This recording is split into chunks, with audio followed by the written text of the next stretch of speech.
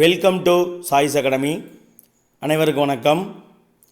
நம்ம 60 days study பிளானில் இருக்கக்கூடிய பாலிட்டி பாடங்கள் பார்த்துட்ருக்கோம். அதன் அடிப்படையில் 8th சோசியல் சயின்ஸில் இருக்கக்கூடிய குடிமியல் பாடம் தான் பார்க்க போகிறோம். என்ன பாடம் அப்படின்னு பார்த்தீங்கன்னா 7வது பாடமாக இருக்கக்கூடிய நீதித்துறை அப்படிங்கிற பாடத்தை பற்றி நம்ம பார்க்க போகிறோம். இந்த பாடத்தில் எதை பற்றி நம்ம பார்க்க போகிறோம் அப்படிங்கிறத ஒரு முறை பார்த்துடலாம். பாருங்கள், நீதித்துறையினுடைய பரிணாம வளர்ச்சியை பற்றி நம்ம பார்க்க போகிறோம். அதற்கடுத்து இந்திய நீதித்துறையினுடைய படிநிலை அமைப்பை பற்றி பார்க்க போகிறோம். உச்சநீதிமன்றம், உயர்நீதிமன்றம் மற்றும் சார்பு நீதிமன்றங்கள் ஆகியவற்றுடைய அதிகார வரம்பை பற்றி பார்க்க போகிறோம். அதுக்கடுத்து சுதந்திரமான நீதித்துறையினுடைய அவசியத்தை நம்ம புரிஞ்சுக்கணும். அடுத்து உரிமையியல் சட்டத்திற்கும் குற்றவியல் சட்டத்திற்கும் இடையே இருக்கக்கூடிய வேறுபாடுகளை பற்றி நம்ம தெரிஞ்சுக்கொள்ள போகிறோம். சரிங்களா? இப்போ நம்ம பாடத்துக்குள்ளே போயிடலாமா? ஒரு சென்டென்ஸ் கொடுத்துருக்காங்க, அதை பார்த்துடலாமா? நீதித்துறையின் உயர்வே அரசாங்கத்தின் உயர்வை காட்டக்கூடிய அளவீடாகும். சரிங்களா? அப்போ ஒரு நாட்டில் நீதித்துறை எந்த அளவுக்கு உயர்வானதாக இருக்கோ அந்த நாட்டினுடைய அரசாங்கமானது அந்தளவுக்கு உயர்வானதாக இருக்கும் அப்படிங்கிறத காட்டக்கூடிய ஒரு அளவீடு தான் எனது நீதித்துறை. சரிங்களா? இப்போ நம்ம நேரடியாக அறிமுகத்துக்கு போயிடலாமா? ஒரு நாட்டினுடைய நீதி, சரிங்களா, ஒரு நாட்டினுடைய நீதி அமைப்பு அந்த நாட்டில் வாழக்கூடிய அனைவருக்குமே முறையான நீதி கிடைப்பதை உறுதி செய்யக்கூடிய திறனுடன் இருக்க வேண்டியது ரொம்ப ரொம்ப அவசியம். சரிங்களா? அந்த நாட்டில் இருக்கக்கூடிய ஒரு நீதி அமைப்பானது அந்த நாட்டில் வாழக்கூடிய மக்கள் அனைவருக்குமே ஒரு சரியான முறையில் நீதியானது கிடைக்கணும் அப்படிங்கிற வகையில் அந்த நீதியை கிடைக்கிறதுக்கான உறுதியும் அதற்கான திறனும் கொண்டிருக்கக்கூடிய அமைப்பாக இருக்கணும் அப்படிங்கிறது ரொம்ப ரொம்ப முக்கியமான ஒரு விஷயம். நம்முடைய இந்தியா பார்த்திங்கன்னா எப்படிப்பட்ட நீதித்துறை அமைப்பை கொண்டிருக்கு அப்படின்னு பார்த்திங்கன்னா, இந்தியா ஒன்றிணைந்த மற்றும் ஒருங்கிணைந்த நீதித்துறை அமைப்பை கொண்டிருக்கு. சரிங்களா? இப்போ பார்த்திங்கன்னா சென்ட்ரல் லெவலில் பார்த்திங்கன்னா உச்சநீதிமன்றம் தான் இந்தியாவிலேயே பார்த்திங்கன்னா உயர்ந்த ஒரு நீதித்துறை அமைப்பு. அந்த உச்சநீதிமன்றத்தின் கீழே தான் மாநிலங்களில் இருக்கக்கூடிய உயர்நீதிமன்றங்கள் வரும். அப்புறம் அதற்கு கீழே இருக்கக்கூடிய மாவட்ட நீதிமன்றங்கள், அப்புறம் கீழமை சார்பு நீதிமன்றங்கள் எல்லாமே வரும். இந்த நீதிமன்றத்தினுடைய செயல்பாடுகள் எல்லாத்துலேயுமே பார்த்திங்கன்னா அரசாங்கம் தலையிடாது. நாடாளுமன்றமோ அல்லது மாநில சட்டமன்றமோ தலையிடாது. சரிங்களா? அப்போ இந்த நீதித்துறை எல்லாமே உச்சநீதிமன்றங்கிற ஒரு ஒரு சுதந்திரமான நீதித்துறையாக இருக்குது. ஒரு தனிப்பட்ட முறையில் இருக்கிறதுனால இந்தியா ஒன்றிணைந்த மற்றும் ஒருங்கிணைந்த நீதித்துறை அமைப்பை கொண்டிருக்கு. அரசாங்கத்தினுடைய ஓர் அங்கமாக நீதித்துறை முக்கிய பங்கு வகிக்கிறது. நம்ம அரசாங்கத்தினுடைய 3 அங்கங்கள் பார்த்துருப்போம். ஒன்று நிர்வாகம், அதற்கடுத்து சட்டமன்றம், அடுத்து 3வது நீதித்துறை. அப்போ நீதித்துறை அரசாங்கத்தினுடைய ஓர் அங்கம். அதனால் நீதித்துறை ரொம்ப ரொம்ப ஒரு முக்கியமான பங்கையும் ஒரு நாட்டுக்குள்ளே வகித்துட்ருக்கு. சரிங்களா? இந்த நீதியை நிர்வகித்தல், தகராறுகளை தீர்த்தல், சட்டங்களுக்கு விளக்கம் அளித்தல், அடுத்து பார்த்திங்கன்னா அடிப்படை உரிமைகளை பாதுகாத்தல் மற்றும் அரசியலமைப்பு சட்டத்தினுடைய பாதுகாவலனாகவும் விளங்குகிறது. சரிங்களா? அப்போ ஒரு நாட்டில் இருக்கக்கூடிய நீதித்துறை அமைப்பு தான் அந்த நாட்டில் நீதியை நிர்வகிக்கிறது. அதே போல் அங்கே இருக்கக்கூடிய தகராறுகளை தீர்த்து வைக்கிறது. அந்த நாட்டினுடைய அரசியலமைப்பில் இருக்கக்கூடிய சட்டங்களுக்கு விளக்கம் அளிக்கக்கூடியது. அது மட்டும் இல்லாமல் அந்த நாட்டு குடிமக்களுக்கு வழங்கப்பட்டிருக்கக்கூடிய அடிப்படை உரிமைகளை பாதுகாக்குது. அதோடு மட்டும் இல்லாமல் அந்த நாட்டினுடைய அரசியலமைப்பு சட்டத்தினுடைய பாதுகாவலனாக இருக்குது. சரிங்களா? அப்போ இந்திய அரசியலமைப்பு சட்டத்தினுடைய பாதுகாவலனாக விளங்கக்கூடியது இந்திய நீதித்துறை அமைப்பு. சரிங்களா? உச்சநீதிமன்றம்னு சொல்லுவோம். இப்போ நம்ம சட்டம்னா என்ன, நீதித்துறைனா என்ன அப்படின்னு சொல்லி பார்க்க போகிறோம். அதற்கான டெஃபனிஷன் என்ன அப்படிங்கிறத பார்த்துடலாமா? சட்டம் அப்படின்னா என்னன்னு கேட்டிங்கன்னா, மக்களை ஆள்வதற்கு ஓர் அரசாங்கத்தாலோ அல்லது நிறுவனத்தாலோ விதிக்கப்படக்கூடிய விதிகளினுடைய அமைப்பு தான் சட்டம். சரிங்களா? அந்த மக்களை அட்மினிஸ்ட்ரேட் பண்ணுறதுக்காக அந்த நாட்டில் இருக்கக்கூடிய ஒரு அரசாங்கத்தாலோ அல்லது ஒரு நிறுவனத்தாலோ விதிக்கப்படக்கூடிய விதிகளினுடைய அமைப்புகளை சட்டம் அப்படின்னு சொல்லுவாங்க. நீதித்துறை அப்படின்னா என்னன்னு கேட்டிங்கன்னா, அந்த நாட்டில் இருக்கக்கூடிய சட்டப்படி, அந்த நாட்டில் இருக்கக்கூடிய சட்டப்படி ஒரு நாட்டினுடைய பெயரால் நீதியை வழங்குகின்ற நீதிமன்றங்களுடைய அமைப்பை தான் நீதித்துறைன்னு சொல்லுவாங்க. அந்த நாட்டுக்குன்னு ஒரு அரசியலமைப்பு சட்டம் இருக்கும் இல்லையா, அந்த அரசியலமைப்பு சட்டத்தின் அடிப்படையில் அந்த நாட்டினுடைய பெயரால் மக்களுக்கு நீதியை வழங்குகின்ற நீதிமன்றங்களுடைய அமைப்பை தான் என்னது நீதித்துறை அப்படின்னு சொல்லுவோம். சரி, அடுத்து போகலாமா? இந்திய நீதித்துறையினுடைய பரிணாம வளர்ச்சி பற்றி நம்ம பார்க்க போகிறோம். அதில் முதலாவதாக நம்ம பார்க்க போகிறது பார்த்திங்கன்னா, பண்டைய காலத்தில் நீதித்துறை எப்படியெல்லாம் செயல்பட்டுக்கிட்டு இருந்தது அப்படின்னு சொல்லி பார்த்திங்கன்னா, பண்டைய காலத்தில் நீதி அப்படிங்கிற கருத்து சமயத்துடன் தொடர்புடைய ஒரு கருத்தாக தான் இருந்துச்சு. அரசர் என்ன செய்வார், அந்த அரசர் தான் அந்த நீதியினுடைய மூலாதாரமாக இருப்பார். அந்த நாட்டில் அந்த மன்னன் இயற்றுறது தான் சட்டம், அவர் கொடுக்கறது தான் தீர்ப்பாக இருக்கும். சரிங்களா? அந்த நாட்டில் ஒரு உச்சநீதிமன்றத்துடைய நீதிபதியாக உயர்ந்த அதிகாரம் கொண்ட ஒரு நீதி அதிகாரியாக யார் இருப்பார், அந்த நாட்டினுடைய அரசர் தான் இருப்பார். அதே போல் உயர்ந்த அதிகாரம் கொண்ட நிர்வாக அதிகாரியாகவும் அரசர் தான் இருப்பார். சரிங்களா? அப்போ பெரும்பாலான அரசர்களுடைய அவைகளில் ஒரு அரசர்னு இருந்தால் அவர்களுக்கு அறிவுரை சொல்கிறதுக்கு அமைச்சர் பெருமக்கள் இருப்பாங்க.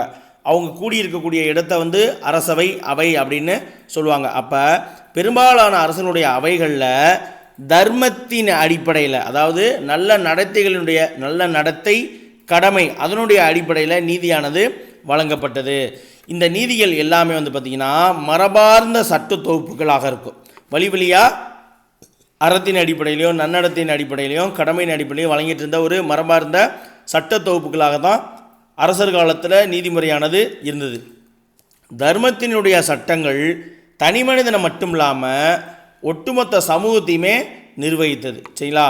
அடுத்து ஒரு பாக்ஸில் ஒரு டேட்டா கொடுத்துருக்காங்க. அந்த டேட்டா பார்த்துடலாமா?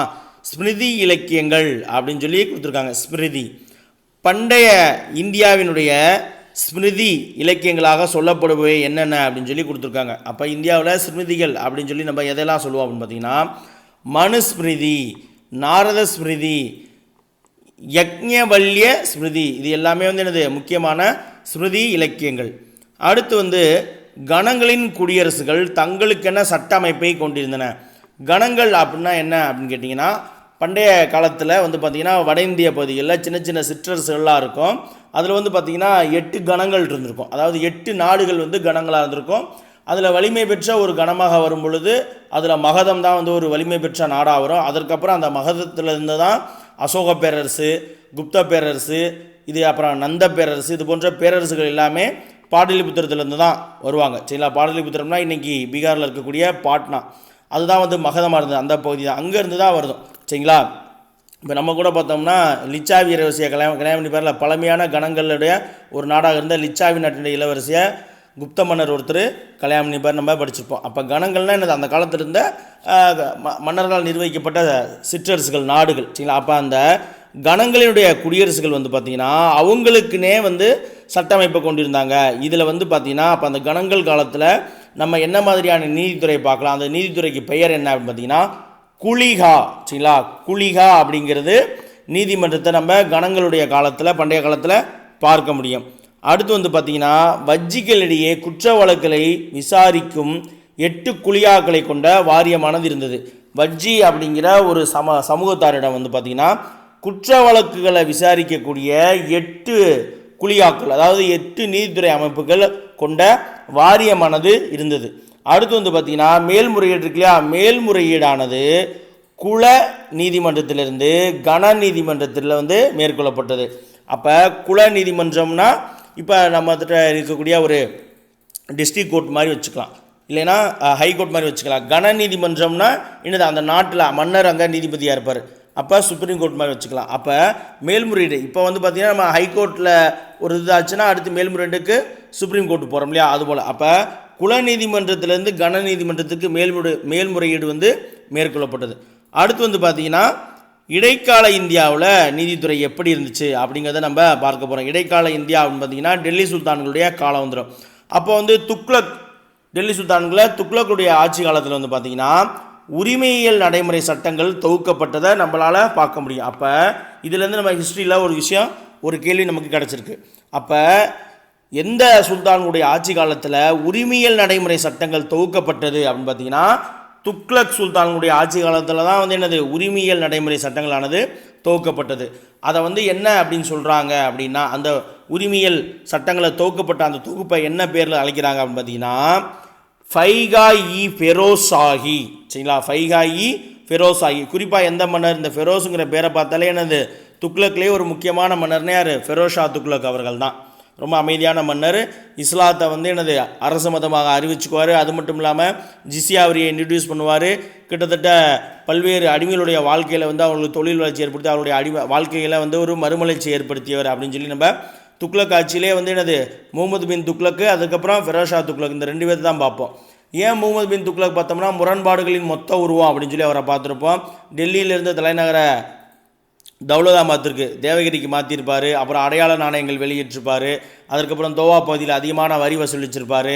அப்புறம் கால்வாய்கள், அதுக்கப்புறம் என்ன பண்ணுவாங்க, அந்த விவசாயிகளுக்கான வரிகளெல்லாம் சரி பண்ணுவாங்க. ஸோ இது போன்ற வேலையெல்லாம் அவர் செஞ்சுருப்பார். முரண்பாடுகளின் மொத்த உருவம் அப்படின்னு சொல்லி ஃபெரோஸ் ஷா துக்ளக்கை சொல்லுவாங்க. அதே போல் இந்தியாவிலேயே அதிகமான நிலப்பரப்பை ஆட்சி செய்யும் பொழுது முகமது பின் துக்ளக் காலத்தில் தான் ஒரே ஒரு மன்னர் கீழே வந்து இந்தியாவுடைய பெரும்பகுதியான நிலப்பரப்பு அவருடைய கண்ட்ரோலில் தான் இருந்திருக்கும். ஸோ அதனால் அவரை பற்றி நம்ம பார்த்துருப்போம். சரி, இப்போ நம்ம தெரிஞ்சுக்கோம். அப்போ இடைக்காலத்தில் வந்து பார்த்திங்கன்னா ஃபெரோஸ் ஷா துக்ளக்குடைய காலத்தில் உரிமையியல் நடைமுறை சட்டங்களானது துவக்கப்பட்டது. அதனுடைய பேர் வந்து ஃபைகாயி ஃபெரோஸ் ஷாஹி. சரிங்களா? இந்த சட்டம் பல்வேறு விவகாரங்களில் சட்டம் மற்றும் நடைமுறை விவரங்களை வழங்கியது. பல்வேறு வழக்குகள், பல்வேறு தகராறுகள் தொடர்பான விஷயங்களில் அதற்கான சட்டம் என்ன, அதற்கான நடைமுறை என்ன அப்படிங்கிறத இந்த ஃபைகாயி ஃபெரோஸ் ஷாஹி தான் வந்து என்னது கொடுத்துருக்கு. சரிங்களா?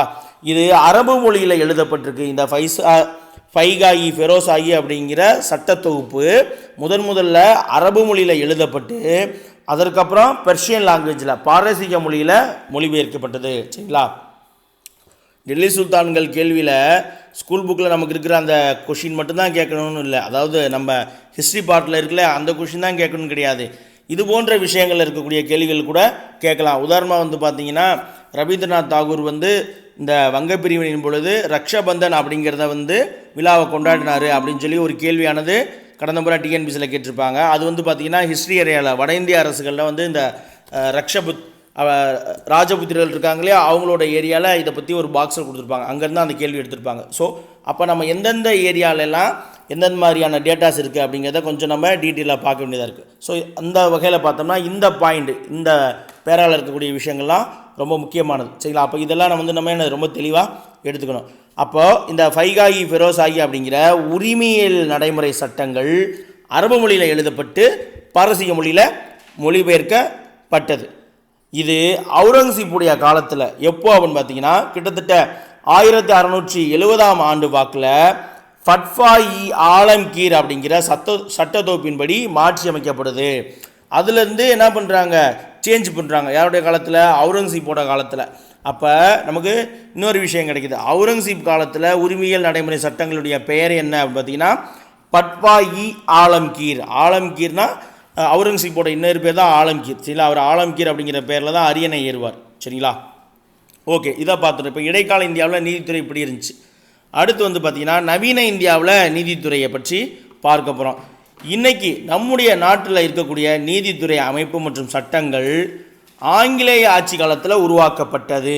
சரிங்களா? இன்றைக்கி நம்ம ஃபாலோ பண்ணிக்கிட்டு இருக்க நீதித்துறை அமைப்பு மற்றும் சட்டத்திட்டங்கள் எல்லாமே ஆங்கிலேய ஆட்சி காலத்தில் உருவாக்கப்பட்டது. ஆங்கில கிழக்கிந்திய கம்பெனியால் மதராஸ், பம்பாய், கல்கத்தா ஆகிய இடங்களில் அமைக்கப்பட்ட மேயர் நீதிமன்றங்களுடைய காலத்தில், சரிங்களா, அதாவது 1727ஆம் ஆண்டுகளில் இந்த பொது சட்டத்தின், அதாவது 1726ஆம் ஆண்டு சாசன சட்டம், சரிங்களா, 1726 ஒரு சாசன சட்டம் கொண்டு வராங்க. என்ன அப்படின்னு பார்த்தீங்கன்னா மேயர் நீதிமன்றங்களின் காலத்தில் 1727ஆம் ஆண்டுகளில் இந்த பொதுச்சட்டத்தின் கீழ் வரலாறு வந்து நமக்கு தொடங்குது. அப்போ நவீன இந்திய நீதித்துறையினுடைய வரலாறு வந்து நமக்கு எப்போ தொடங்குது அப்படின்னு சொல்லி பார்த்தீங்கன்னா மேயர் நீதிமன்றங்கள் ஆங்கிலேய மாகாணங்களாக இருந்த கல்கத்தா, பம்பாய் மற்றும் மெட்ராஸ், இந்த 3 மாகாணங்களில் மேயர் நீதிமன்றங்கள் அமைக்கிறாங்க. அப்போ இந்த நீதித்துறையுடைய வரலாறு 1727ஆம் ஆண்டுகளில் ஒரு பொது சட்டம் கொண்டு வராங்க. என்ன சட்டம் அப்படின்னு பார்த்தீங்கன்னா 1726 சாசன சட்டம்னு ஒன்று கொண்டு வராங்க. அந்த சாசன சட்டத்தின் அடிப்படையில் இந்த மேயர் நீதிமன்றங்கள் வந்து அடுத்த வருஷம் தொடங்குறாங்க. அதில் இருந்து தான் நமக்கு இந்திய நீதித்துறையுடைய வரலாறே வந்து என்னது தொடங்குது. அதற்கடுத்து வந்து பார்த்திங்கன்னா நமக்கு தெரியும் ஒழுங்குமுறை சட்டங்கள், 5 ஒழுங்குமுறை சட்டங்கள் வந்து போட்டிருப்பாங்க. ஒழுங்குமுறை சட்டங்கள் வந்து எதற்கு? இந்தியாவில் இருக்கக்கூடிய ஆங்கில கிழக்கிந்திய கம்பெனியுடைய அலுவலர்களை கட்டுப்படுத்தக்கூடிய வகையில் பிரிட்டன் அரசு என்ன பண்ணியிருப்பாங்க, ஒரு ஒழுங்குமுறை சட்டம் போட்டிருப்பாங்க. சரிங்களா? அப்போ ஒழுங்குமுறை சட்டம் 1773 தான் முதல் ஒழுங்குமுறை சட்டம், பட்டய சட்டம்னு சொல்லுவாங்க இல்லையா, அந்த பட்டய சட்டம் போட்டிருப்பாங்க. அந்த பட்டய சட்டம் உச்சநீதிமன்றம் அமைப்பதற்கு வழிவகுக்குது. சரிங்களா? அப்போ வாரன் ஹேஸ்டிங் அவர்கள் தான் வங்காளத்துடைய ஆளுநராக இருப்பார். அதன் அடிப்படையில் 1773 ஆண்டு பட்டய சட்டத்தின் அடிப்படையில் 1774 அதற்கு அடுத்த வருஷம் கல்கத்தாவில் உச்சநீதிமன்றம், கல்கத்தா உச்சநீதிமன்றம்னு ஒரு நீதிமன்றத்தை ஆரம்பிப்பாங்க. அதனுடைய முதல் அதனுடைய முதல் நீதிபதி யாருன்னா எலிஜா இம்பே, பின்னாடி பாடத்தில் வருவார், நம்ம அவரை பற்றியும் பார்ப்போம். சரிங்களா? அப்போ இந்த 73 பட்டய சட்டம் அதன் அடிப்படையில் இந்தியாவில் உச்சநீதிமன்றம் அமைப்பதற்கு இந்த 73ஆம் ஆண்டு 1771 பட்டய சட்டம் தான் வழிவகை செய்யுது.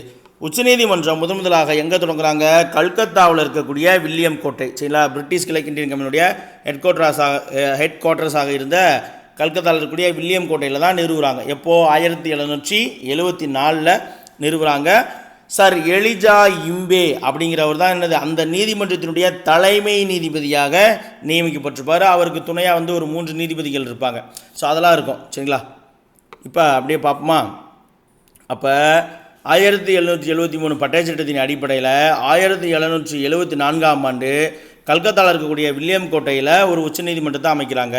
அந்த உச்சநீதிமன்றத்தினுடைய முதல் தலைமை நீதிபதி யார், அவர் எலிஜா இம்பே, ரொம்ப முக்கியம்.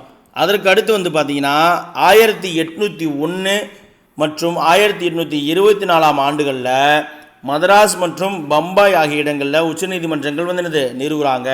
அப்போ மெட்ராஸில் 1801 உச்சநீதிமன்றம் போடுறாங்க. சரிங்களா?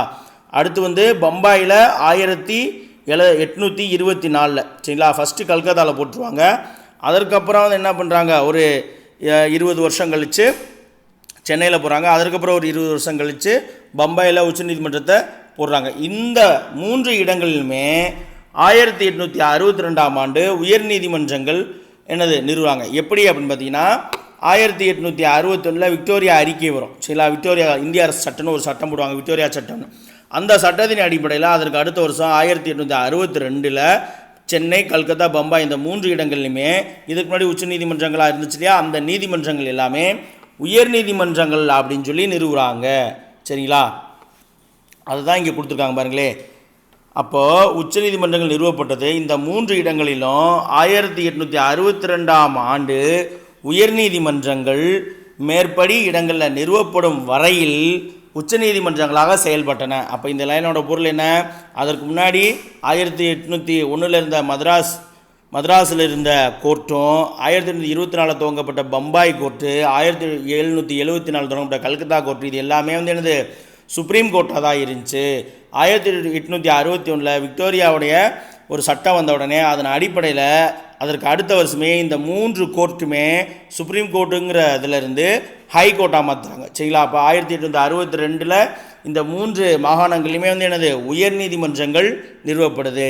அடுத்து பார்த்திங்கன்னா சிவில் வழக்குகளை தீர்ப்பதற்காக ஊரக குடிமையியல் நீதிமன்றத்தையும், சரிங்களா, ஊரக குடிமையியல் நீதிமன்றத்தையும், குற்றவியல் வழக்குகளை தீர்ப்பதற்காக ஊரக குற்றவியல் நீதிமன்றத்தையும் அமைக்கிறாங்க.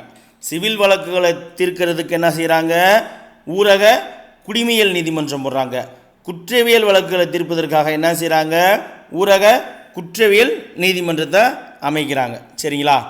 எப்போ அப்படிங்கிறது என்ன அப்படின்னு பார்த்துடலாமா. வாரன் ஹேஸ்டிங் தான் ஏற்படுத்துகிறார். அப்போ இந்த 2 நீதிமன்றங்களையும் ஏற்படுத்துகிறவர் யார், வாரன் ஹேஸ்டிங் அவர்கள். மேலே சொல்லப்பட்ட நீதிமன்றங்களுடைய மேல்முறையீட்டை விசாரிக்கிறதுக்கு, சரிங்களா, அப்போ இந்த குற்றவியல் வழக்குகளையும் சிவில் வழக்குகளையும் விசாரிக்கிறதுக்கு 2 விதமான ஊரக குடிமையியல் நீதிமன்றத்தையும் ஊரக குற்றவியல் நீதிமன்றத்தையும் வாரன் ஹேஸ்டிங்கு என்ன பண்ணுறாரு, உருவாக்குறாரு. இந்த 2 நீதிமன்றத்துலேயும் ஒரு கேஸ் நடந்து இதை வேண்டாம் அதுக்கு மேல்முறையீடு போங்களே. அப்போ இந்த நீதிமன்றங்களுடைய மேல்முறையீட்டை விசாரிக்கிறதுக்கு சதர் திவானி அதாலத், சரிங்களா, சதர் திவானி அதாலத் அப்படின்னா என்னது, குடிமையியல் மேல்முறையீட்டு நீதிமன்றம். நம்ம இந்த ஆங்கில ஆட்சி மாற்றங்கள் இருக்கு இல்லையா, அதில் பார்த்திங்கன்னா நீதித்துறை சீர்திருத்தம், காவல்துறை சீர்திருத்தம், இந்த படம்லாம் பார்த்துருப்போம் இல்லையா, அதில் இந்த பார்த்துருப்போம். நீதித்துறை சீர்திருத்தங்களில் சதர் திவானி அதாலத், அப்புறம் சதர் நிஜாமத் அப்படின்னு 2 பார்த்துருப்போம். அப்போ அந்த 2க்குமான பொருள் இங்கே தெளிவாக கொடுத்துருக்காங்க பாருங்கள். சதர் திவானி அதாலத் அப்படிங்கிறது என்னது? குடியியல் மேல்முறையீட்டு நீதிமன்றம். சதர் நிஜாமத் அப்படின்னா குற்றவியல் மேல்முறையீட்டு நீதிமன்றம். கீழே இருக்கக்கூடிய கோர்ட்லேருந்து மேல் அப்பீலுக்கு இந்த 2 கோர்ட்டுக்கு தான் வருவாங்க. இது 2யுமே என்ன பண்ணுறாங்க? உருவாக்குறாங்க மேல்முறையீட்டுக்காக. அதற்கடுத்து வந்து பார்த்தீங்கன்னா காரன் வாலிஸ் வராரு. காரன் வாலிஸ் என்ன பண்ணுறாரு? 1793 தான் காரன் வாலிஸ் வருவார். அப்போ காரன் வாலிஸ் பிரபு வந்ததுக்கப்புறம் உரிமையியல் மற்றும் குற்றவியல் நீதிமுறையை மறுசீரமைக்கிறாரு. சரிங்களா? அவர் வந்து ரெஃபார்ம் பண்ணுறார். இந்த 2 டைப் ஆஃப் நீதிமுறையுமே என்ன பண்ணுறாரு? காரன் வாலிஸ் தான் மாற்றி அமைக்கிறார். காரன் வாலிஸினுடைய ஆட்சியில் மாவட்ட குற்றவியல் நீதிமன்றங்கள் நீக்கப்படுது. சரிங்களா? மாவட்டத்தில் இருக்கக்கூடிய குற்றவியல் நீதிமன்றங்கள் எல்லாமே நீக்கிட்டு என்ன செய்கிறாங்கன்னா கல்கத்தா, டாக்கா, முர்ஷிதாபாத் மற்றும் பாட்னா இந்த இடங்கள் எல்லாத்துலேயுமே மாகாண மேல்முறையீட்டு நீதிமன்றங்கள் அமைக்கப்படுது. சரிங்களா? அப்போ இது காரன் வாலிஸ் செய்த ஒரு சீர்திருத்தம். என்ன செஞ்சுருக்காரு? மாவட்டத்தில் இருந்த குற்றவியல் நீதிமன்றங்கள் எல்லாத்தையும் கலைச்சிட்டு கல்கத்தா, டாக்கா, முர்ஷிதாபாத், பாட்னா இந்த 4 இடங்கள்லையுமே மாகாண மேல்முறையீட்டு நீதிமன்றங்களை காரன் வாலிஸ் அமைக்கிறார். அதற்கடுத்து வில்லியம் பெண்டிங் பிரபு வரார். வில்லியம் பெண்டிங் பிரபு கால ஆட்சியில் மேற்கொண்ட 4 மாகாண மேல்முறையீட்டு நீதிமன்றங்களும் நீக்கப்படுது. சரிங்களா? அப்போது வாரன் ஹேஸ்டிங்கு வந்து 2 நீதிமன்றங்கள் கொண்டு வராரு. அவர் கொண்டு வந்துட்டு மேல்முறையீட்டுக்காக என்ன பண்ணுறாரு? சதர் திவானி அதாலத்து, சதர் நிஜாமத் அதாலத்துன்னு 2 கொண்டு வராரு. அதற்கப்புறம் காரன் வாலிஸ் வராரு. காரன் வாலிஸ் வந்தோடனே என்ன செய்கிறாரு? உரிமையியல் மற்றும் குற்றவியல் நீதிமுறையை மறுசீரமைப்பு செய்யணும் அப்படிங்கிறதுக்காக அவருடைய ஆட்சியில் குற்றவியல் நீதிமன்றங்கள் எல்லாத்தையும் நீக்கிறாரு. மாவட்ட அளவில் இருந்த, அதாவது இந்த என்னது சதர் நிஜாமத் இருக்கு இல்லையா, அந்த அதுக்கும் கீழே இருந்துச்சு இல்லையா, ஊரக அந்த ரேஞ்சில் இருந்துட்டு சதர் நிஜாமத் வரும். இதுதான் மாவட்ட அளவில் இருக்கும். அப்போ இந்த சதர் நிஜாமத்தை பூரா கலைச்சிவிட்டு என்ன செய்கிறேன்னா டைரெக்டாக மாகாண மேல்முறையீட்டு நீதிமன்றங்களை அமைக்கிறார் 4 இடங்களில். அதற்கப்புறம் வில்லியம் பெண்டிங் வந்துட்டு என்ன செய்கிறாரு? இந்த 4 மாகாண மேல்முறையீட்டு நீதிமன்றங்கள் இருக்கு இல்லையா, இது எல்லாத்தையும் மொத்தமாக காலி பண்ணிடுறார். சரிங்களா? அடுத்து வந்து ஒரு பாக்ஸில் டேட்டா கொடுத்துருக்காங்க, அதை பார்த்துடலாமா? கல்கத்தா உயர்நீதிமன்றம் தான் நாட்டிலேயே மிக பழமையான உயர்நீதிமன்றமாகும். சரிங்களா? அப்போது இது 1862ஆம் ஆண்டு நிறுவப்பட்டது. ஏன்னா நம்ம பார்த்தோம், அதுக்கு முன்னாடியே நிறுவியிருந்தாங்க. அதுக்கப்புறம் 62க்கு அப்புறம் எனது உயர்நீதிமன்றமாக இதுக்கு பெயர் வைக்கிறாங்க. சரிங்களா? அப்போ இதுதான் வந்து எனது இந்தியாவிலேயே மிக பழமையான உயர்நீதிமன்றம் இது கல்கத்தா உயர்நீதிமன்றம். அதே சமயம் வந்து பார்த்திங்கன்னா அலகாபாத் உயர்நீதிமன்றம் நாட்டிலேயே மிகப்பெரிய நீதிமன்றமாக இருக்குது. சரிங்களா? அலகாபாத் உயர்நீதிமன்றம் தான் நாட்டிலேயே மிகப்பெரிய உயர்நீதிமன்றமாக இருக்குது. அதே போல் உலகிலேயே 2வது பெரிய நீதித்துறை வளாகத்தை கொண்ட நீதிமன்றம் வந்து பார்த்திங்கன்னா சென்னை உயர்நீதிமன்றம். முதலாவதாக வந்து பார்த்திங்கன்னா இங்கிலாந்தில் இருக்கக்கூடிய நீதிமன்றம் தான் எனது உலகிலேயே மிகப்பெரிய நீதித்துறை வளாகத்தை கொண்டது. அதற்கடுத்து வந்து சென்னை கோர்ட்டு தான். சரிங்களா? அடுத்து பார்ப்போமா? பாருங்கள், சதர் திவானி அதாலத் மற்றும் சதர் நிஜாமத் அதாலத் ஆகியன அலகாபாத்தில் நிறுவுகிறாங்க. இந்த 2யுமே என்ன பண்ணுறாங்க? எங்கே நிறுவுகிறாங்க? அலகாபாத்தில் நிறுவுவாங்க. மெக்காலே என்பவரால் அமைக்கப்பட்ட சட்ட ஆணையம் இந்திய சட்டங்களை நெறிமுறைப்படுத்துகிறாங்க. மெக்காலே அப்படிங்கிறவர் என்ன பண்ணுறாரு? அவர் வந்து ஒரு சட்ட ஆணையம் கொண்டு வராரு. அந்த சட்ட ஆணையம் இந்திய சட்டங்கள் எல்லாத்தையுமே என்ன பண்ணுறாங்க? நெறிமுறைப்படுத்துகிறாங்க. நெறிமுறைப்படுத்திட்டு இந்த ஆணையத்தினுடைய அடிப்படையில், மெக்காலே ஆணையத்தினுடைய அடிப்படையில் 1859ஆம் ஆண்டு உரிமையியல் நடைமுறை சட்டம். சரிங்களா? அடுத்து 1860ஆம் ஆண்டு இந்திய தண்டனை சட்டம். அதற்கப்புறம் 1861ஆம் ஆண்டு குற்றவியல் நடைமுறை சட்டம். இந்த சட்டங்கள் 3 சட்டங்களை கொண்டு வராங்க வரிசையாக. யார்? மெக்காலே ஆணையத்தினுடைய அடிப்படையில் 1859 உரிமையியல் நடைமுறை சட்டம், அதற்கு அடுத்த ஆண்டு இந்திய தண்டனை சட்டம், அதற்கு அடுத்த ஆண்டு குற்றவியல் நடைமுறை சட்டம்னு 3 சட்ட தொகுப்புகள் வந்து என்ன பண்ணுறாங்க? உருவாக்குறாங்க.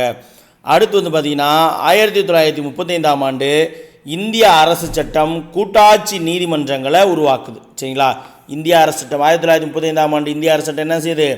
கூட்டாட்சி நீதிமன்றங்களை உருவாக்குது. இந்த அரசு சட்டம் தான் எனது மாகாணங்களுக்கு தன்னாட்சி வழங்கு, சுயாட்சி வழங்கிய சட்டம் இருக்கு இல்லையா? இந்த 1935 சட்டத்திலிருந்து தான் நம்முடைய இந்திய அரசியலமைப்பிற்கு ஒரு அதிகப்படியான சரத்துக்கள், அதிகப்படியான விஷயங்கள் வந்து நம்ம கடன் வாங்கி எடுத்திருக்கோம். அப்போ அதே அந்த 1935ஆம் ஆண்டு சட்டம் தான் இந்திய அரசுக்கு என்ன பண்ணுறாங்க? ஒரு கூட்டாட்சி நீதிமன்றங்களை உருவாக்குறாங்க. இறுதி மேல்முறையீட்டு நீதிமன்றம் அல்ல. இந்த கூட்டாட்சி நீதிமன்றங்கள் இதுதான் எனது இறுதி மேல்முறையீட்டு நீதிமன்றங்கள் கிடையாது. சில நேர்வுகளில் மேல்முறையீடு இங்கிலாந்தில் இருக்கக்கூடிய அரச பேரவை ப்ரிவியூ கவுன்சில் அப்படின்னு சொல்லுவாங்க. இங்கிலாந்தில் இருக்கக்கூடிய அரச பேரவையை ப்ரிவியூ கவுன்சில் அப்படின்னாங்க. அந்த ப்ரிவியூ கவுன்சில் நீதிக்குழுவிடம் கொண்டு போய் செல்லப்பட்டது. அப்போ நமக்கு தெரியுதுங்களா, இந்த திலகர் இருக்கார் இல்லையா, வேலண்டைன் சிறுவலிக்காக வழக்கு நடத்துறதுக்காக என்ன பண்ணுவாங்க, இங்கே இருக்கக்கூடிய இந்த கூட்டாட்சி நீதிமன்றங்கள் அதுதான் இறுதியான மேல்முறையீடு கிடையாது. இப்போ இங்கே இருக்கக்கூடிய கூட்டாட்சி நீதிமன்றங்களில் ஒரு ஜட்ஜ்மெண்ட் வந்துருச்சுன்னா நம்ம என்ன செய்யலாம், பணவசதி இருக்கவங்க நேராக அந்த தீர்ப்பை கொண்டு போயிட்டு எங்கள் லண்டனில் இருக்கக்கூடிய ப்ரிவியூ கவுன்சில்கிட்ட போயிட்டு அப்பீலுக்கு போகலாம். சரிங்களா, அப்பீலுக்கு போகலாம். அது போன்ற ஒரு விஷயத்துக்காக தான் திலகர் என்ன பண்ணுவார், இந்த வாலண்டைன் சிறுவலிக்கு எதிராக வழக்கு நடத்த லண்டன் போயிருப்பார். சரிங்களா. அடுத்து பார்த்திங்கன்னா 1949ஆம் ஆண்டு அரச பேரவை நீதி வரையறை ஒழிப்பு சட்டத்தின் மூலமாக அரச பேரவை நீதி வரையறையானது நீக்கப்பட்டது. அதாவது இந்த ப்ரிவியூ கவுன்சில் 1949ஆம் ஆண்டு என்ன பண்ணுறாங்க, ப்ரிவியூ கவுன்சில் ஆக்டு அப்படின்னு சொல்லி ஒன்று போடுறாங்க. அரச பேரவை நீதி வரையறை ஒழிப்பு சட்டம் அப்படின்னு ஒரு சட்டத்தை பிரிட்டனில் போடுறாங்க. அந்த சட்டம் போட்டதின் அடிப்படையில் இந்த ப்ரிவியூ கவுன்சில் இருக்கு இல்லையா, அரச பேரவையானது அரச பேரவையின் மூலமாக நீதி வரையறை செய்யக்கூடிய முறையானது நீக்கப்படுகிறது. அதற்கடுத்து நம்முடைய இந்தியாவினுடைய உச்சநீதிமன்றம், அப்போ நம்ம இங்கே இருக்கக்கூடியவங்க அவங்களுடைய காலனி ஆதிக்கத்துக்கு கீழே இருந்தனால இங்கே இருக்கக்கூடிய நீதிமன்றம் இல்லைன்னா லண்டனுக்கு போயிட்டு தான் நம்ம ஃபைனல் ஜட்ஜ்மெண்ட் வாங்குற மாதிரி இருந்துச்சு.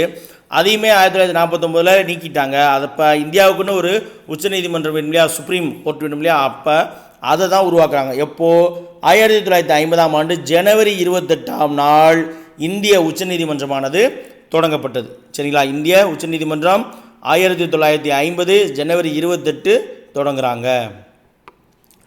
அதுக்கப்புறம் நீதித்துறை மற்றும் அரசியலமைப்பு சட்டம் பற்றி நம்ம பார்க்க போகிறோம். இந்தியா தனக்குன்னு ஒரு அரசியலமைப்பு சட்டத்தை உருவாக்கி இருக்குது. நமக்கு தெரியும் அரசியலமைப்பு சட்டத்தினுடைய உன்னதமான நோக்கங்கள் மற்றும் குறிக்கோள்களில் அதை உருவாக்கியவர்கள் எப்படி பண்ணியிருக்காங்கன்னா, நீதிக்கு உரிய இடத்தை அளித்திருக்கிறாங்க. நமக்குன்னு ஒரு அரசியலமைப்பு சட்டம் இருந்தாலும் நம்முடைய அரசியலமைப்பு சட்டத்தினுடைய உன்னதமான நோக்கங்கள் எல்லாத்தையும் குறிக்கோளில் வச்சுக்கிட்டு நம்முடைய அரசியலமைப்பு சட்டத்தை உருவாக்கியவர்கள் எதற்கு முக்கியத்துவம் கொடுத்துருக்காங்க அப்படின்னு பார்த்தீங்கன்னா, நீதிக்கு முக்கியத்துவத்தை கொடுத்துருக்காங்க. ஆங்கிலேயருடைய ஆட்சி காலத்தில் இந்தியர்களுக்கு அப்படின்னு சொல்லி தனி சட்டமோ தனியான நீதிமன்றமோ இல்லை. சரிங்களா, அப்போ ஆங்கிலேயருடைய ஆட்சி காலத்தில் ஒரு கோர்ட் இருக்கும். அங்கே இங்கே இருக்கக்கூடிய ஐரோப்பியர்கள் அதாவது இங்கே இருக்கக்கூடிய ஆங்கிலேயர்கள் குற்றம் செஞ்சாலும் இது பண்ணலாம்.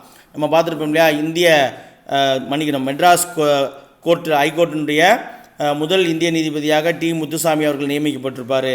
அதே போல் நம்ம இல்பர்ட் மசோதாவுக்கு எதிரான எதிர்ப்பு கழகங்கள்லாம் பார்த்துருப்போம் இல்லையா, இல்பர்ட் மசோதாவில் ஒரு இந்திய நீதிபதி என்னது ஐரோப்பியரையும் விசாரிக்கலாம். அப்போ இந்தியர்களுக்கும் ஐரோப்பியர்களுக்கும் ஒரு பொதுவான நீதிமன்றம் தான் இருந்தது. அதை தான் சொல்லியிருக்காங்க. அவங்களுடைய ஆட்சி காலத்தில் இந்த இந்தியர்களுக்கு மட்டுமே அப்படின்னு சொல்லி ஒரு தனியான நீதிமன்றம் கிடையாது. சட்டம் மற்றும் நீதிமன்றங்கள் ரெண்டுமே காலனி ஆதிக்கத்திற்கு ஏற்றவாறு தான் வடிவமைக்கப்பட்டிருந்து. அப்போ இருந்த சட்டங்களும் நீதிமன்றங்கள் இந்த ரெண்டுமே பார்த்திங்கன்னா காலனி ஆட்சியினுடைய ஆதிக்கத்துக்கு அவங்களுடைய கைக்குள்ளே இருக்கிற மாதிரி தான் இந்தியாவில் வடிவமைச்சு வச்சுருந்தாங்க. இந்திய அரசியல் நிர்ணய சபை உறுப்பினர்கள் நீதிமன்ற மறு ஆய்வுக்கான முழு அதிகாரத்துடன் நீதிமன்றங்கள் சுதந்திரமாக செயல்படுவதை உறுதி செய்யக்கூடிய வகையில் அரசியலமைப்பு சட்டத்தை உருவாக்குறதுக்கான முயற்சியை செஞ்சுருக்காங்க. அதே போல் தான் செஞ்சுருக்காங்க. அப்போ இதனால தான் என்ன செய்கிறாங்க, இந்திய அரசியலமைப்பை உருவாக்கிய நிர்ணய சபையில் இருக்கக்கூடிய உறுப்பினர்கள் எல்லாமே இந்திய நீதிமன்றமானது ஒரு சுதந்திரமான செயல்படக்கூடிய வகையில் இருக்கணும் அப்படின்னு சொல்லி அதற்கான வேலையை செஞ்சுருக்காங்க. சரிங்களா.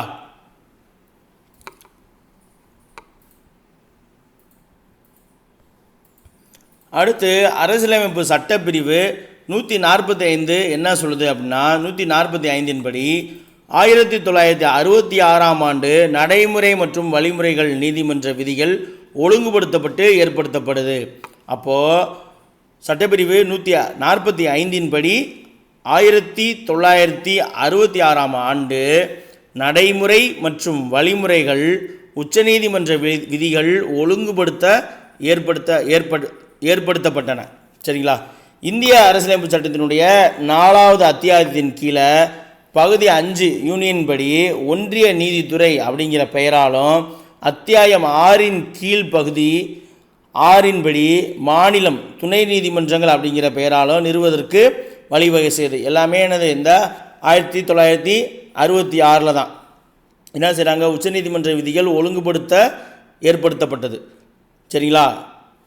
அதன் அடிப்படையில் என்ன செய்கிறாங்க, இந்திய அரசியலமைப்பு சட்டத்தினுடைய 4வது அத்தியாயத்தின் கீழ் பகுதி 5, சரிங்களா, பகுதி 5 படி ஒன்றிய நீதித்துறை அப்படிங்கிற பெயராலும் அத்தியாயம் 6 கீழ் பகுதி என்னது மாநிலம் அதாவது துணை நீதிமன்றங்கள் அப்படிங்கிற பெயராலும் நீதிமன்றங்கள் நிறுவதற்கு வழிவகை செய்கிறாங்க. சரிங்களா? நம்ம பகுதி 5 வந்து மத்திய அரசு பற்றி சொல்லுது. அப்போ பகுதி 5 வர்றது என்னது, மத்திய சுப்ரீம் கோர்ட்டு தொடர்பானது. அப்போ பகுதி 6 மாநிலத்தை பற்றி சொல்லுது. அப்போ பகுதி 6 கீழே வரக்கூடிய நீதிமன்றங்கள் மாநிலம் துணை நீதிமன்றங்கள் அப்படிங்கிற வகையில் ஏற்பாடு செய்கிறாங்க. நம்முடைய சட்டப்பிரிவுகள், அரசியலமைப்பு சட்டப்பிரிவு 124 முதல் 147 வரையிலான அரசியலமைப்பு சட்டப்பிரிவுகள் வந்து சரிங்களா சென்ட்ரலில் இருக்கக்கூடிய உச்ச நீதிமன்றத்தினுடைய அமைப்பு மற்றும் அதிகார வரம்பை சொல்லுது. சரிங்களா? சட்டப்பிரிவு 124லேருந்து 147 வரைக்குமான அரசியலமைப்பு சட்டப்பிரிவுகள் வந்து என்னது, உச்ச நீதிமன்றத்தினுடைய அமைப்பு எப்படி இருக்கணும், உச்ச நீதிமன்றத்தினுடைய அதிகார வரம்பு என்ன அப்படிங்கிறத சொல்லக்கூடிய சரத்துக்கள் தான் இந்த ரேஷியோ நமக்கு தெரியணும். ஏன்னா அப்போ ஒரு நீதித்துறை சார்ந்து ஒரு பொறுத்துக்க கொடுக்குறாங்க அப்படின்னா நமக்கு தெரியணும். அப்போ நீதித்துறை சார்ந்து உச்சநீதிமன்றம் சார்ந்துன்னா 124 to 147 தான் இருக்கணும். சரியான எக்ஸாக்டான நம்ம சரத்தை பொறுத்து தெரியலனாலும் இந்த ரேஷியோக்குள்ளே இருந்துச்சுன்னா அதை அழகாக எடுத்து நம்மளால் சூஸ் பண்ண முடியும். சரிங்களா? அடுத்து இந்தியாவில் நீதிமன்றங்களுடைய அமைப்பு அப்படின்னு சொல்லி ஒரு சார்ட் கொடுத்துருக்காங்க, ஒரு ஃப்ளோ சார்ட் கொடுத்துருக்காங்க. அதை பார்த்துடலாமா? இந்திய உச்சநீதிமன்றம் அதை பற்றி பார்த்துடலாமா? இந்த உச்சநீதிமன்றத்தினுடைய முடிவுகள் அனைத்து நீதிமன்றங்களையும் கட்டுப்படுத்துகிறது. சரிங்களா? இந்திய உச்ச நீதிமன்றத்தினுடைய முடிவுகள் வந்து இந்தியாவில் இருக்கக்கூடிய அனைத்து நீதிமன்றங்களையுமே கட்டுப்படுத்தும். உயர் நீதிமன்ற நீதிபதிகளை இடமாற்றம் செய்யலாம். அப்போ உச்ச நீதிமன்றம் நினைச்சாதான் உயர் நீதிமன்றத்தினுடைய நீதிபதிகளை இடமாற்றம் செய்ய முடியும். அடுத்து எந்த ஒரு நீதிமன்றத்தினுடைய வழக்குகளையும் தனது கட்டுப்பாட்டிற்குள் கொண்டு வர முடியும். இப்போ ஏதாவது ஒரு நீதிமன்றத்தில் ஒரு வழக்கு நடக்குது அப்படின்னா உச்சநீதிமன்றம் நினச்சிச்சுன்னா அந்த வழக்கை உச்சநீதிமன்றத்தினுடைய கட்டுப்பாட்டுக்கு கொண்டு வர முடியும். அதே போல் வழக்குகளை ஒரு உயர்நீதிமன்றத்திலிருந்து மற்றொரு உயர்நீதிமன்றத்திற்கு மாற்றலாம். இப்போ ஒரு உயர்நீதிமன்றத்தில் ஒரு வழக்கு நடந்துகிட்ருக்கு அப்படின்னா இப்போ இந்த என்ன சொல்லுவாங்கன்னா, இப்போ இந்த இடத்துல வந்து இந்த வழக்கு நடக்கிறது வந்து ஒரு முறையான வகையில் இருக்கும் அப்படின்னு சொல்லி யாராவது உயர்நீதிமன்றத்துக்கிட்ட போய் கேட்டுக்கிட்டாங்க அப்படின்னா உயர்நீதிமன்றம் என்ன சொல்லுவாங்க, சரி இந்த வழக்கை இங்கே நடத்த வேணாம், இதை கொண்டு போய் இப்போ தமிழ்நாட்டில் ஒரு வழக்கு நடக்குது அப்படின்னா தமிழ்நாட்டில் இந்த வழக்கு நடந்துச்சுன்னா இதுக்கு வந்து இந்த வழக்கு வந்து நேர்மையாக நடத்தப்படாது அப்படின்னு நினச்சாங்கன்னா உச்சநீதிமன்றம் நினச்சிச்சுன்னா உச்சநீதிமன்றம் என்ன செய்யும், தமிழ்நாட்டில் நடக்கக்கூடிய ஒரு வழக்கை கொண்டு போய் கர்நாடகாவில் நடத்தலாம். கர்நாடக உயர்நீதிமன்றம் இந்த வழக்கு இனிமேல் விசாரிக்கலாம் அப்படின்னு சொல்லி ஆர்டர் போட முடியும். இதுதான் வந்து என்னது ரொம்ப முக்கியமானது. உச்சநீதிமன்றத்துக்கு என்னென்ன அதிகாரம் பார்த்தாலே தெரியுது, எல்லாமே அதிகாரம் தான். சரிங்களா? அனைத்து நீதிமன்றங்களையும் கட்டுப்படுத்தும், உயர்நீதிமன்ற நீதிபதிகளை இடமாற்றம் செய்யும். அதே போல் எந்த ஒரு நீதிமன்றத்தினுடைய வழக்கையுமே என்னது உச்சநீதிமன்றம் எடுத்துக்க முடியும். அதே போல் ஒரு வழக்கு வந்து ஒரு மாநிலத்துடைய உயர்நீதிமன்றத்திலிருந்து மற்றொரு மாநிலத்தினுடைய உயர்நீதிமன்றத்துக்கு மாற்றவும் முடியும். அதற்கடுத்து வந்து நம்ம உயர்நீதிமன்றம் பற்றி பார்க்க போகிறோம். சரிங்களா? உயர்நீதிமன்றம் கீழ் நீதிமன்றங்களில் இருந்து வரக்கூடிய மேல்முறையீடுகளை விசாரிக்கும். உச்சநீதிமன்றம் என்ன செய்யும், அதாவது மாவட்ட நீதிமன்றங்கள் இருக்கு இல்லையா, அந்த மாவட்ட நீதிமன்றங்களிலிருந்து வரக்கூடிய மேல்முறையீடுகளை விசாரித்தல். அடுத்து அடிப்படை உரிமைகளை பெறுவதற்கான நீதி பேராணைகளை வழங்கக்கூடிய அதிகாரம் உயர்நீதிமன்றத்துக்கு இருக்குது. பிரிவு 226 அடிப்படையில் என்ன பண்ணுவாங்க, அடிப்படை உரிமைகளை பெறுவதற்கான நீதி பேராணைகளை வழங்கும். இந்த அடிப்படை உரிமைகள் தவிர மற்ற சில விஷயங்களுக்காகவும் நீதி பேராணைகளை வழங்கக்கூடிய அதிகாரம் வந்து உயர்நீதிமன்றத்திற்கு இருக்குது. இந்த விஷயத்தில் தான் வந்து உச்சநீதிமன்றத்தை விட உயர்நீதிமன்றங்களுக்கான அதிகாரங்கள் வந்து அதிகமாக இருக்கும். சரிங்களா? அதாவது உச்சநீதிமன்றமானது பிரிவு 32 அடிப்படையில் அடிப்படை உரிமை மீறப்பட்டால் மட்டும்தான் நீதி பேராணையை வழங்கலாம். ஆனால் உயர்நீதிமன்றம் அடிப்படை உரிமை மட்டுமல்லாமல் வேறு சில காரணங்களுக்காகவும் நீதி பேராணைகளை வழங்கக்கூடிய அதிகாரம் கொண்ட ஒரு அமைப்பு. அடுத்து ஒரு மாநிலத்தில் ஒரு உயர்நீதிமன்றம் இருக்குது. இப்போ சென்னை உயர்நீதிமன்றம் இருக்குது, சென்னை ஹைகோர்ட் இருக்குன்னா அந்த மாநிலத்தினுடைய எல்லைக்குள்ளே இருக்கக்கூடிய வழக்குகளை விசாரிக்கக்கூடிய அதிகாரமானது உயர்நீதிமன்றத்துக்கு இருக்குது. கீழ் நீதிமன்றங்களை கண்காணிக்கும் மற்றும் கட்டுப்படுத்தக்கூடிய அதிகாரம் வந்து உயர்நீதிமன்றத்திற்கு. அப்போ அந்த மாநிலத்தில் இருக்கக்கூடிய கீழ் நீதிமன்றம் இருக்கு இல்லையா, அதை எல்லாமே பார்வையிடக்கூடியது, கண்காணிக்கக்கூடியது மற்றும் அதை கட்டுப்படுத்தக்கூடிய அதிகாரமானது ஹைகோர்ட்டுக்கு தான் இருக்குது. அடுத்து வந்து நம்ம டிஸ்ட்ரிக்ட் கோர்ட்ஸ் பற்றி பார்க்க போகிறோம். மாவட்ட நீதிமன்றம். மாவட்ட நீதிமன்றம் வந்து பார்த்திங்கன்னா மாவட்ட எல்லைக்குள் வரக்கூடிய வழக்குகளை கையாளுது. அந்த மாவட்டத்தினுடைய எல்லைக்குள்ளே என்னென்ன கேசஸ்லாம் வருதோ அந்த கேசஸ் எல்லாமே டீல் பண்ணக்கூடியது இந்த டிஸ்ட்ரிக்ட் கோர்ட்டு. அடுத்து கீழ் நீதிமன்றங்கள் வழங்கிய தீர்ப்பின் மேல்முறையீடுகளை விவரிக்குது. இப்போ ஒரு தாலுக் கோர்ட் இருக்குது, ஒரு தாலுக் கோர்ட்டு ஒரு ஜட்ஜ்மெண்ட் வருது அப்படின்னா அவங்க என்ன பண்ணுறாங்க, போய் மேல்முறையீடு பண்ணுறாங்க. எங்கள் டிஸ்ட்ரிக்ட் கோர்ட்டில் அப்பீல் பண்ணுறாங்கன்னா அந்த கீழ்கோர்ட்டில் தாலுக் கோர்ட்டில் வழங்கிய தீர்ப்பினுடைய மேல்முறையீடுகளை இந்த டிஸ்ட்ரிக்ட் கோர்ட்டு தான் விசாரிப்பாங்க. அடுத்து கடுமையான குற்றவியல் தொடர்பான வழக்குகளை தீர்மானிக்குது. சரிங்களா, கடுமையான குற்றவியல் தொடர்பான வழக்குகளை தீர்மானிக்கக்கூடியது எது? மாவட்ட நீதிமன்றம் தான் தீர்மானிக்கும். அதற்கடுத்து வந்து துணை நீதிமன்றங்கள். உரிமையியல் மற்றும் குற்றவியல் வழக்குகளை பரிசீலிக்கக்கூடியது வந்து என்னது? துணை நீதிமன்றங்கள். உதாரணம் வந்து பார்த்திங்கன்னா ஒவ்வொரு தாலுக்காக்குலேயும் ஒரு கோர்ட் இருக்கும், தாலுக் கோர்ட்ஸ். சரிங்களா. அடுத்து வந்து இந்த சுதந்திரமான நீதித்துறை அப்படிங்கிறத யார் சொல்லியிருப்பா அப்படிங்கிறத பற்றி பார்க்கலாமா? ஃபஸ்ட் யார் சொல்லியிருப்பாங்கன்னு. ஒரு சுதந்திரமான நீதித்துறை அப்படிங்கிற கருத்தை முன்மொழிந்த முதல் அரசியல் தத்துவ ஞானி சரிங்களா, தத்துவ ஞானி யார் அப்படின்னு பார்த்தீங்கன்னா மாண்டெஸ்கியூ. சரிங்களா, மாண்டெஸ்கியூ அப்படிங்கிறவர் தான் முதலாக சுதந்திரமான நீதித்துறை அப்படிங்கிற ஒரு விஷயத்தை முன்மொழிந்த அரசியல் தத்துவ ஞானி. இவர் வந்து புகழ்பெற்ற ஒரு பிரெஞ்சு தத்துவ ஞானி. சரிங்களா, இவர் வந்து ஒரு புகழ்பெற்ற பிரெஞ்சு தத்துவ ஞானி. சட்டமன்றம், நிர்வாகம் மற்றும் நீதித்துறை ஆகிய 3 பிரிவுகளாக அரசாங்கம் செயல்பட வேண்டும் அப்படின்ற அதிகார பகிர்வு கோட்பாட்டில் அவர் நம்பிக்கை வச்சுருந்தார். சரிங்களா, சட்டமன்றம், நிர்வாகம் மற்றும் நீதித்துறை அப்படிங்கிற 3 பிரிவுகளாகத்தான் ஒரு அரசாங்கமானது செயல்படணும் அப்படிங்கிற அதிகார பகிர்வு கோட்பாட்டில் நம்பிக்கை வச்சுருந்த ஒரு பிரெஞ்சு தத்துவ ஞானியார் மாண்டெஸ்கியூ. சரிங்களா. அடுத்து வந்து நம்ம மாவட்ட நீதிமன்றங்கள் பற்றி பார்க்க போகிறோம். சரிங்களா, மாவட்ட நீதிமன்றங்கள் பற்றி பார்த்துடலாமா? இந்த மாவட்ட நீதிமன்றங்கள் மாவட்ட அளவில் சிவில் வழக்குகளை விசாரிக்கக்கூடிய நீதிமன்றங்கள் மாவட்ட நீதிமன்றங்கள் அப்படின்னு சொல்லி அழைக்கப்படுது. சரிங்களா, மாவட்ட நீதிமன்றங்கள் என்னது?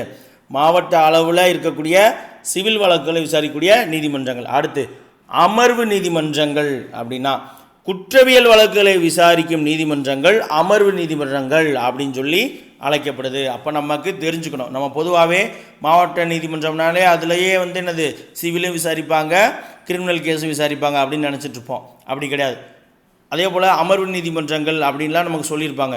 அதெல்லாம் நமக்கு 3 பேர் கொண்ட அமர்வு நீதிமன்றத்துக்கிட்ட போச்சு அப்படிலாம் நம்ம நியூஸில் பார்த்துருப்போம். அப்போ நமக்கு தெரிஞ்சுக்கணும், அமர்வு நீதிமன்றங்கள் அப்படிங்கிறது பார்த்திங்கன்னா குற்றவியல் வழக்குகளை விசாரிக்கக்கூடிய நீதிமன்றங்கள் அமர்வு நீதிமன்றங்கள் அப்படின்னு சொல்லுவாங்க. சிவில் வழக்குகளை மாவட்ட அளவிலான சிவில் வழக்குகளை விசாரிக்கக்கூடிய நீதிமன்றங்கள் வந்து என்னது? மாவட்ட நீதிமன்றங்கள் அப்படின்னு சொல்லுவாங்க. அடுத்து பஞ்சாயத்து நீதிமன்றங்கள் அப்படின்னு பார்த்தீங்கன்னா கிராம அளவில் உரிமையியல் மற்றும் குற்றவியல் வழக்குகளை பஞ்சாயத்து நீதிமன்றங்கள் கையாளுது. சரிங்களா, கிராம அளவிலான உரிமையியல் மற்றும் குற்றவியல் வழக்குகளை கையாளக்கூடியது பஞ்சாயத்து நீதிமன்றங்கள். அதற்கடுத்து வருவாய் நீதிமன்றங்கள். சரிங்களா, வருவாய் நீதிமன்றங்கள் வந்து பார்த்திங்கன்னா நில ஆவணங்கள் தொடர்பான வழக்குகளை விசாரிக்குது. நில ஆவணங்கள் தொடர்பான வழக்குகளை விசாரிக்கக்கூடிய நீதிமன்றங்கள் வந்து என்னது? வருவாய் நீதிமன்றங்கள். இந்த வருவாய் நீதிமன்றங்கள் நில வருவாயை நிர்ணயம் செஞ்சு நில உரிமையாளர்களிடமிருந்து அந்த வருவாயை என்ன வந்து வசூலிக்குது. அதற்கடுத்து பார்த்திங்கன்னா லோக் அதாலத். சரிங்களா, லோக் அதாலத் அப்படின்னா மக்கள் நீதிமன்றங்கள் அப்படின்னு அதற்கு பொருள். விரைவான நீதியை வழங்குவதற்கு தான் இந்த லோக் அதாலத்தானது அமைக்கப்பட்டது. இது மக்களுடைய முன்னிலையில் மக்கள் பேசக்கூடிய மொழியிலேயே பிரச்சனைகளை விசாரித்து தீர்வு காணக்கூடிய ஒரு அமைப்பு தான் என்னது? லோக் அதாலத். அப்போ விரைவான வகையில் நீதியை வழங்கக்கூடிய அமைப்பு, மக்கள் முன்னிலையிலே மக்கள் பேசக்கூடிய மொழியிலேயே பிரச்சனைகளை விசாரித்து தீர்வு காணக்கூடிய ஒரு அமைப்பு என்னது? லோக் அதாலத். ஓய்வு பெற்ற ஒரு நீதிபதி, ஒரு சமூக பணியாளர், ஒரு வழக்கறிஞர் ஆகிய 3 நபர்கள் கொண்ட அமர்வு தான் இதற்கு தலைமை வகிக்கும். சரிங்களா, அப்போ ஒரு லோக் அதாலத்தில் யார் யார் இருப்பா?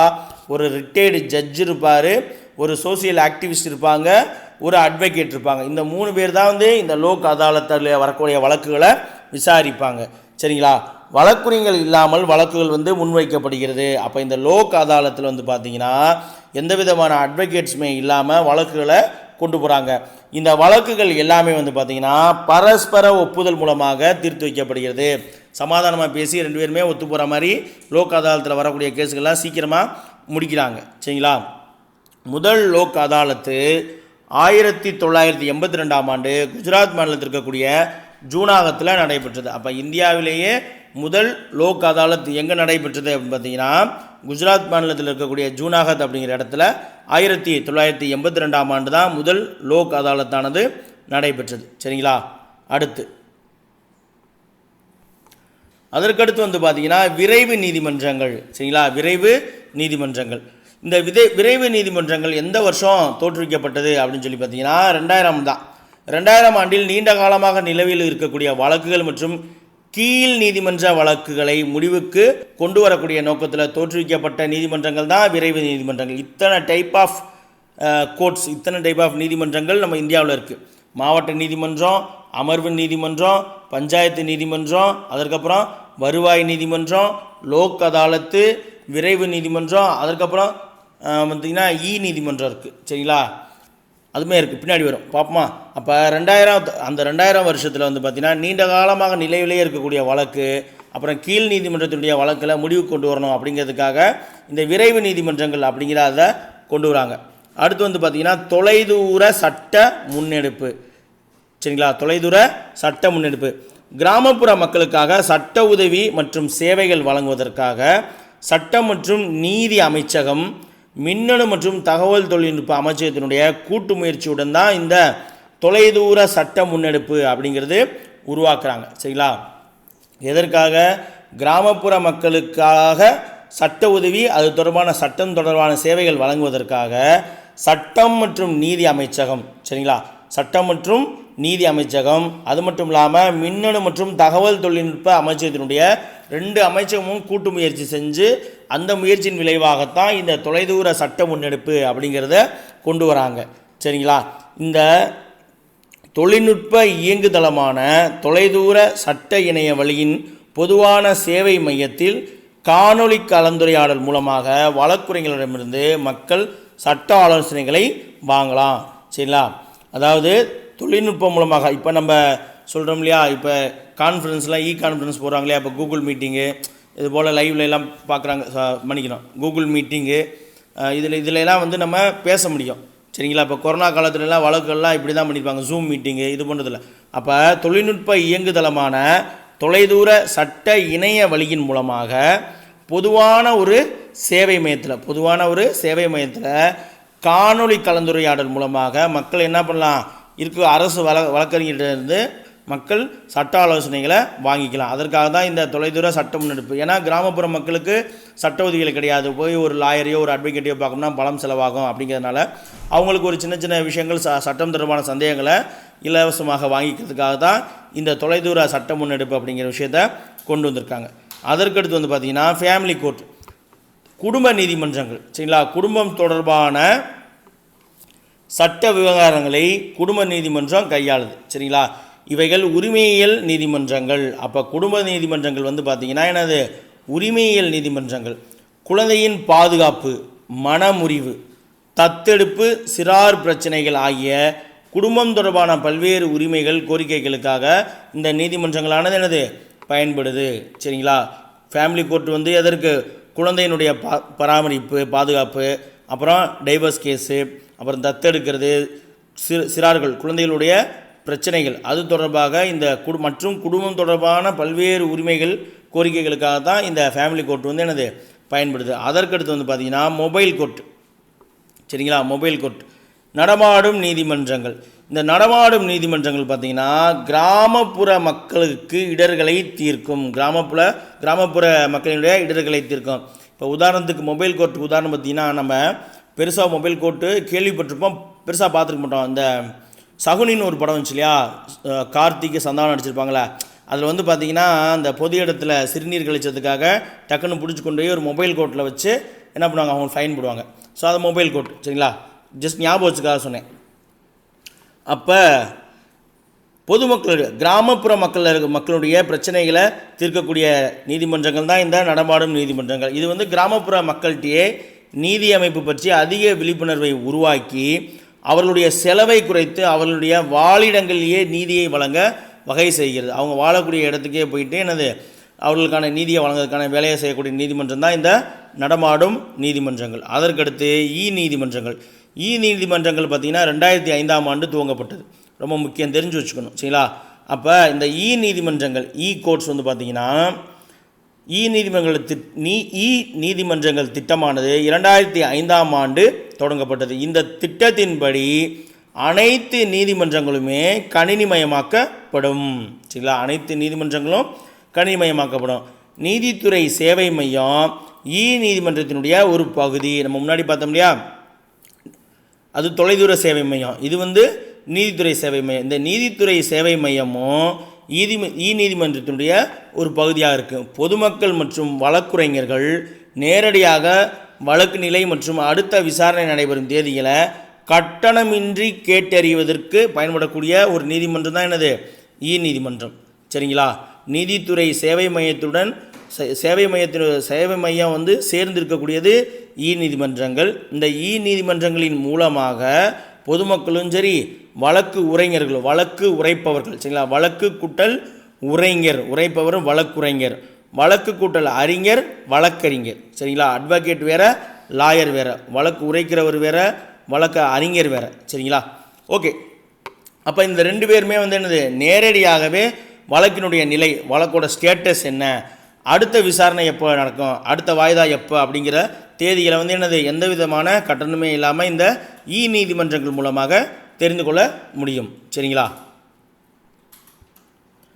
அடுத்து வந்து நீதித்துறையினுடைய பங்கு என்ன அப்படிங்கிறத நம்ம பார்க்க போகிறோம் சரிங்களா. நீதித்துறையினுடைய செயல்பாட்டை வந்து நம்ம பின்வரக்கூடிய வகையில் வகைப்படுத்தலாம் அப்படின்னு சொல்லி கொடுத்துருக்காங்க. நீதித்துறை என்னென்ன வேலையெல்லாம் செய்யும் அப்படின்ற மாதிரி. தகராறுகளை தீர்வு செய்தல். பின் வருவனற்றுக்கு இடையே பிரச்சனைகளுக்கு தீர்வு காண்பதற்காக ஒரு இயக்க முறை நீதிமன்ற அமைப்பு வழங்குகிறது. ஒரு இயக்க முறையை சரிங்களா. எதுக்கு? குடிமக்கள் மற்றும் அரசாங்கம், 2 மாநில அரசாங்கங்கள், மத்திய மாநில அரசாங்கங்கள். அப்போ இந்த குடிமக்களுக்கு இடையிலேயே ஒரு தகராறு வந்தாலோ, குடிமக்களுக்கும் அரசாங்கத்துக்கு இடையில் ஒரு மனக்கசவு ஒரு பிரச்சனை வந்தாலோ, இல்லை 2 மாநில அரசாங்கங்களுக்கு இடையில் ஒரு பிரச்சனை வந்தாலோ, இல்லை மத்திய அரசுக்கும் மாநில அரசுக்கு இடையில் ஒரு பிரச்சனை வந்தாலோ சரிங்களா, அதற்கான அந்த பிரச்சனைகளுக்கான தீர்வு காணக்கூடிய ஒரு இயக்க முறையை இந்த நீதிமன்ற அமைப்பு தான் வழங்குது. அடுத்து நீதிமன்ற மறு ஆய்வு அதிகாரம். நாடாளுமன்றத்தால் இயற்றப்பட்ட ஒரு சட்டம் அரசியலமைப்பு சட்டத்தின் அடிப்படை அமைப்பை மீறுகிறது அப்படின்னு சொல்லி நீதித்துறையானது நம்புச்சுன்னா, அப்படி நம்பக்கூடிய பட்சத்தில் அந்த சட்டத்தினை அரசியலமைப்பு சட்டத்திற்கு முரணானது அப்படின்னு சொல்லி அறிவிக்கக்கூடிய அதிகாரமானது யாருக்கு இருக்குது? நீதித்துறைக்கு தான் இருக்குது சரிங்களா. அப்போ பார்லிமெண்ட்டில் ஒரு லா பாஸ் பண்ணுறாங்க, ஒரு சட்டமானது கொண்டு வராங்க அப்படின்னா அந்த சட்டம் வந்து இந்திய அரசியலமைப்பினுடைய அடிப்படை அமைப்பை மீறி தான் இருக்குது. இப்போ உதாரணத்துக்கு பார்த்தீங்கன்னா இந்திய அரசியலமைப்பு வந்து என்ன சொல்லுது? இந்தியா வந்து ஒரு மதச்சார்பற்ற நாடு அப்படின்னு சொல்லுது. ஆணுக்கும் பெண்ணும் பாலின சமத்துவம் வேண்டும் அப்படின்னு சொல்லுது. அப்போ ஒரு சட்டம் கொண்டு வராங்க. என்ன அப்படின்னா 8 மணி நேரம் வேலை பார்க்கக்கூடிய ஒரு விஷயத்துக்கு ஆணுக்கு ஒரு சம்பளம், பெண்ணுக்கு ஒரு சம்பளம் அப்படின்னு சொல்லி கொடுக்குறாங்க. அப்படின்னா என்னது? இது வந்து என்னது பாலின சமத்துவ வேறுபாடு பார்க்குது. அப்போ இது போன்ற ஒரு சட்டம் கொண்டு வந்தாலோ, இல்லை இனிமேல் இந்தியாவில் வந்து இந்தியா வந்து மதச்சார்பற்ற நாடு கிடையாது, இந்தியாவில் வந்து இந்த மதத்துக்கு வந்து முக்கியத்துவம் தரப்படும், இல்லை இந்த ஒரு குறிப்பிட்ட சமூகத்துக்கு முக்கியத்துவம் தரப்படும் அப்படின்னு ஒரு சட்டம் கொண்டு வந்தாலோ என்ன பண்ணலாம்? இந்தியா வந்து ஒரு மதச்சார்பற்ற நாடாக இருக்கும் பொழுது ஒரு குறிப்பிட்ட சமயத்திற்கு முக்கியத்துவம் அரசாங்கமானது கொடுக்கக்கூடாது அப்படின்னு சொல்லி கோர்ட்டு நம்புச்சு. அப்படின்ற பட்சத்தில் அந்த சட்டம் வந்து என்னது இந்திய அரசியலமைப்புக்கு முரணாக இருக்குது அப்படின்னு சொல்லி நீதித்துறை தான் வந்து என்னது அறிவிக்கும். அடுத்து சட்டத்தை நிலைநிறுத்துதல் மற்றும் அடிப்படை உரிமைகளை செயல்படுத்துதல் சரிங்களா. இந்தியாவில் அரசியலமைப்பு சட்டத்தில் இருக்கக்கூடிய சட்டத்தை நிலைநிறுத்துறது, அது மட்டும் இல்லாமல் இந்திய குடிமக்களுக்கு வழங்கப்பட்டிருக்கக்கூடிய அடிப்படை உரிமைகளை செயல்படுத்தக்கூடிய அதிகாரம் யார்கிட்ட இருக்குது? நீதித்துறைக்கிட்ட தான் இருக்குது. ஒவ்வொரு இந்திய குடிமகனும் தனக்கு அடிப்படை உரிமைகள் மறுக்கப்பட்டதாக நம்பக்கூடிய பட்சத்தில் அவர் உச்ச நீதிமன்றத்தையோ அல்லது உயர் நீதிமன்றத்தையோ அணுகலாம். இப்போ 6லேருந்து 14 வயது குழந்தைகளுக்கு வந்து இலவச கட்டாய கல்வி அப்படிங்கிறது இருக்குது. யாரோ ஒருவர் அந்த குழந்தைகளை என்ன பண்ணுறாரு? கொத்தடிமை முறையில் கூட்டு போய் வச்சுக்கிட்டு அவங்க வேலை வாங்கிட்டு அந்த குழந்தைகளுக்கு படிப்பு அப்படிங்கிறது இல்லாமல்னா அந்த குழந்தையினுடைய ஒரு ஆதரவாளர் யாராவது ஒருத்தர் அந்த குழந்தையின் சார்பாக போயிட்டு அடிப்படை உரிமையான கல்வி இங்கே மறுக்கப்பட்டிருக்கு, கொத்தடிமை முறை என்னது இங்கே கொண்டு வரப்பட்டிருக்கு அப்படின்னு சொல்லி அடிப்படை உரிமைகள் மீறப்பட்டிருக்குன்னு சொல்லி கேஸ் போடலாம். சரிங்களா? உச்சநீதிமன்றத்துக்கு பிரிவு 32 படி கேஸ் போடலாம். உயர்நீதிமன்றத்துக்கு 226 226 படி கேஸ் போடலாம். சரிங்களா? அதற்கடுத்து தேசிய சட்ட சேவைகள் அதிகாரம். தேசிய சட்ட சேவைகள் அதிகாரம் 1987ஆம் ஆண்டு சட்ட சேவைகள் அதிகார சட்டத்தின் கீழ் அமைக்கப்பட்டிருக்கு. சரிங்களா? இந்த தேசிய சட்ட சேவைகள் அதிகாரம் அப்படிங்கிறது 1987ஆம் ஆண்டு சட்ட சேவைகள் அதிகார சட்டம் அப்படிங்கிறதன் அடிப்படையில் அமைச்சிருக்காங்க. இது சமூகத்தில் இருக்கக்கூடிய நலிந்த பிரிவினருக்கு இலவச சட்ட உதவிகள் வழங்குவதோடு பிரச்சனைகளுக்கு இணக்கமான தீர்வு காண்பதற்காக லோக் அதாலத்தை ஏற்பாடு செய்கிறது. சரிங்களா? அப்போ சமூகத்தில் இருக்கக்கூடிய ஒரு ஏழ்மையான மக்கள் நலிந்த பிரிவினருக்கு இலவசமான சட்ட உதவிகளையும் கொடுத்துட்டு பிரச்சனைகளுக்கு இணக்கமான தீர்வு காண்பதற்காக லோக் அதாலத்தையும் ஏற்பாடு செய்யக்கூடிய ஒரு அமைப்பு எது? தேசிய சட்ட சேவைகள் அதிகாரம். இந்த தேசிய சட்ட சேவைகள் அதிகாரம் எப்போ கொண்டு வந்தாங்க? 1987 கொண்டு வந்தாங்க. எதன் கீழ் கொண்டு வந்தாங்க? சட்ட சேவைகள் அதிகாரம். நம்ம மேலே பார்த்தோம் இல்லையா, சட்ட சேவைகள் அதிகாரம். இங்கே பார்த்தோம் பாருங்க, காட்டுறேன்.